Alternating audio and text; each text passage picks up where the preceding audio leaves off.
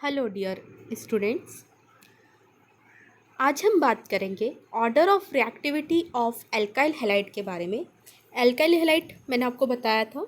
Alkyl halide मतलब R X, this is alkyl group. यहाँ पे क्या हो सकता है? CH3, CH, C2H5, C6H5, कुछ भी हो सकता है। एल्काइल ग्रुप रहेगा और एक्स मतलब हैलाइड ग्रुप। हैलाइड मतलब जो हमारे हैलोजन एटम्स होते हैं वो। नाउ आज हम बात करेंगे order of reactivity of alkyl halide के बारे में। तो एल्काइल हैलाइड कितने टाइप के होते हैं? 3 टाइप के होते हैं mainly, primary, secondary and tertiary. मैंने आपको ये भी बताया प्राइमरी मतलब जिसके साथ सिर्फ एक CH3 ग्रुप ऐड रहेगा। जैसे कार्बन, यहाँ पे एक CH3 ग्रुप है और यहाँ पे क्या है? हैलाइड ग्रुप है। और बाकी जगह पे क्या है? H है और यहाँ पे भी क्या है? H है। तो ये क्या है आपका प्राइमरी। क्यों? क्योंकि इसके साथ में सिर्फ एक ही CH3 ग्रुप है। सेकेंडरी 2 CH3 ग्रुप है। टर्शरी 3 CH3 ग्रुप है। तो ये क्या कहलाएगा आपका? टर्शरी। ठीक है। तो अब हम देखेंगे इसमें सबसे ज़्यादा रिएक्टिव ग्रुप कौन सा है। जैसे हमने उसमें एलिमिनेशन रिएक्शन में भी देखा था, अब हम सब्स्टिट्यूशन रिएक्शन में भी ऑर्डर ऑफ रिएक्टिविटी देखेंगे। ये इसकी थ्योरी है, मैं आपको बता देती हूँ एक बार ये भी। In SN2 reaction the most reactive substance are methyl halide. Methyl halide मतलब CH3X, इसे हम इस तरह से भी लिख सकते हैं और इसे हम इस तरह से भी लिखते हैं H और X। This is methyl halide. सबसे ज़्यादा रिएक्टिव ग्रुप कौन सा है? Methyl halide. और सबसे कम रिएक्टिव ग्रुप कौन सा है? तो टर्शरी हैलाइड। कौन सा है? Tertiary halide. जहाँ पे एल्काइल ग्रुप ज़्यादा रहेंगे वो कम रिएक्टिव ग्रुप है, और जहाँ पे एल्काइल ग्रुप कम है वहाँ पे वो ज़्यादा रिएक्टिव ग्रुप कहलाएंगे। ठीक है। एलिमिनेशन रिएक्शन में उल्टा हो रहा था, जहाँ पे एल्काइल ग्रुप थे, जैसे E1 E2 रिएक्शन पढ़ी थी हम लोगों ने, उसमें क्या हो रहा था? जहाँ पे एल्काइल ग्रुप टर्शरी ग्रुप ज़्यादा थे वो ज़्यादा रिएक्टिव था।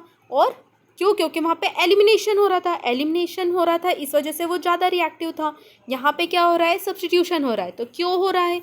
जैसे सब्स्टिट्यूशन, यहाँ से क्या निकलेगा? एक हैलाइड ग्रुप निकलेगा, तो यहाँ पे क्या आ जाएगा? पॉजिटिव चार्ज आ जाएगा।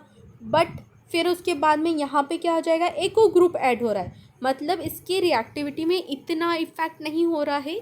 तो इसलिए सबसे कम जो है ये क्या करेगा? तो सबसे कम रिएक्टिव ग्रुप जो है इसमें वो टर्शरी है।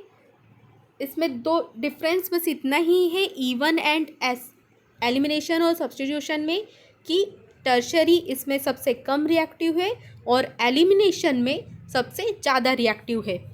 नाउ सबसे ज़्यादा कम क्या है? टर्शरी। इस तरह से जाएगा हमारा रिएक्टिविटी। टर्शरी सबसे कम रिएक्टिव ग्रुप है। देन फिर neopentyl secondary group, secondary alkyl halide, primary alkyl halide, then सबसे ज़्यादा रिएक्टिव क्या है? Methyl halide. Now factors affecting SN1 and SN2। तो सबसे फर्स्ट है alkyl group. The rate of reaction for a given nucleophilic in SN2 reactivity differ with the alkyl group structure in the following order। जैसे मैंने आपको बताया था कि ये क्या है? सबसे ज़्यादा रिएक्टिव ग्रुप कौन सा है कहलाएगा? Primary. Now nature of halide group. Halide group के नेचर के ऊपर भी डिपेंड करता है, इसके रिएक्टिविटी के ऊपर। ठीक है।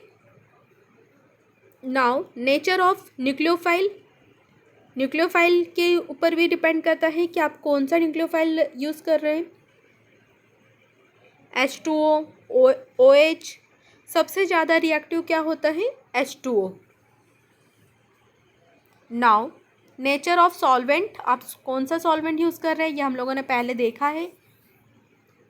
जो डाइइलेक्ट्रिक सॉल्वेंट है वो डायरेक्टली प्रोपोर्शनल होता है it's to ionization power. The higher the dielectric constant of a solvent the greater it is its ionizing power. Therefore, SN1 mechanism is favored by solvent with a high polarity. Leaving group के ऊपर भी depend करता है. And affect the substituents in substance. जो substituent use हो रहे हैं उसके ऊपर भी इसकी रिएक्टिविटी इफेक्ट होती है. Now method of preparation alkyl halide के लिए. तो सबसे फर्स्ट मेथड है एल्केन. एल्केन से भी हम लोग, जैसे हम लोगों ने पहले भी देखा था, मैंने पहले भी आपको मेथड ऑफ प्रिपरेशन बताई है एल्काइल हैलाइड की. तो एल्केन से भी हम लोग बना सकते हैं एल्केन और एल्कीन. एल्काइल बहुत डिफरेंस है. अगर हम लोग CH4 है तो इसे हम लोग क्या बोलेंगे, एल्केन बोलेंगे. इसमें से एक H निकाल दे तो यहाँ पे क्या बचाएगा, CH3 बचेगा. तो इसे हम लोग क्या बोलते हैं, एल्काइल ग्रुप बोलते हैं.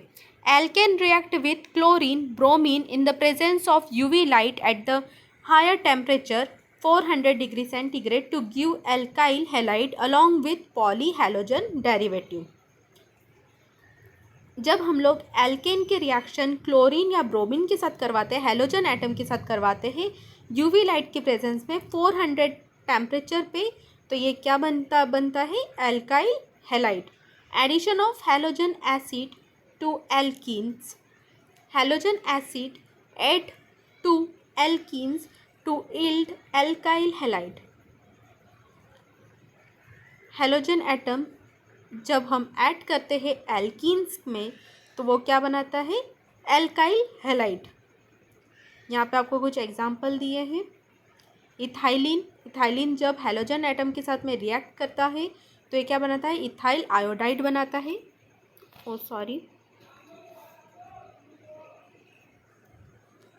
इस तरह से.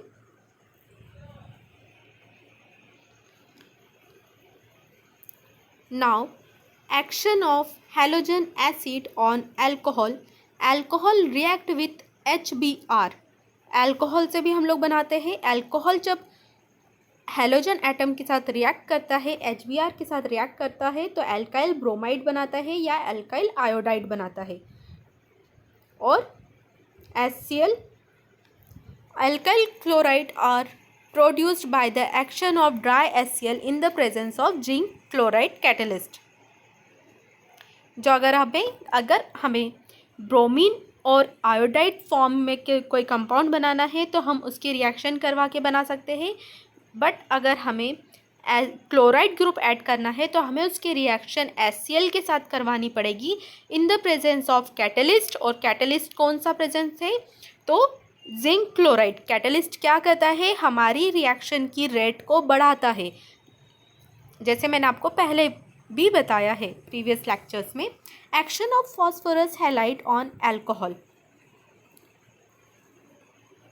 Alcohol react with phosphorus halide to form alkyl chloride. PCl3 भी हो सकता है, PCl5 भी हम लोग यूज़ कर सकते हैं. ठीक है, तो क्या बनाता है, alkyl halide.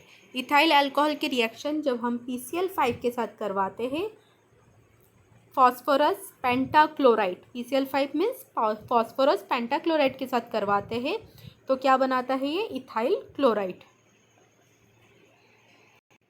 Okay, thank you.